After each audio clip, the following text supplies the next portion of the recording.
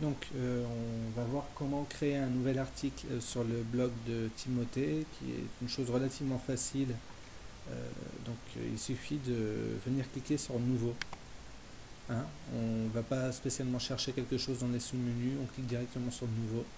Donc on nous demande de saisir le titre de l'article ici. Donc par exemple,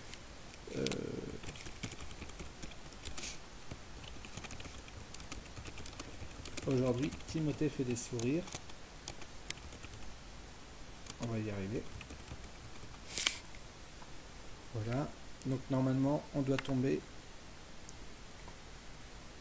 sur cette barre là. Si ce n'est pas le cas, il faut cliquer sur visuel.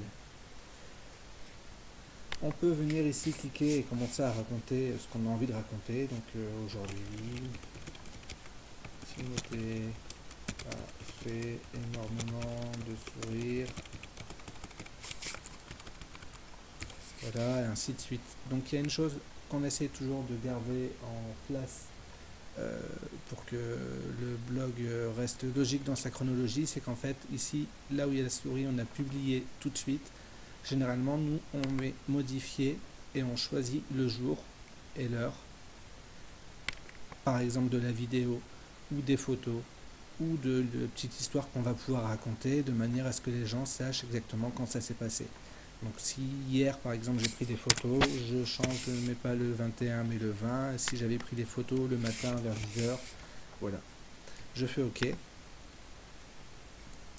Et donc on a l'article qui sera publié à la date du 20 novembre 2012 à 10h. Pour un simple article sans photo, sans vidéo, c'est pas plus compliqué que ça. Il suffit de cliquer sur publier et l'article va automatiquement être ajouté en haut du site, ce que je vais vous montrer.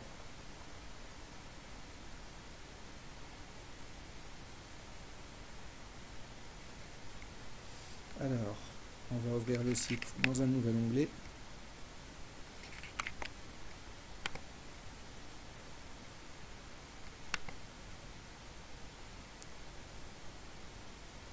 Vous voyez, aujourd'hui Timothée fait des sourires. Donc c'était un article d'exemple, on va le supprimer parce qu'il n'y a aucun intérêt à le conserver, mais vous savez désormais créer un article.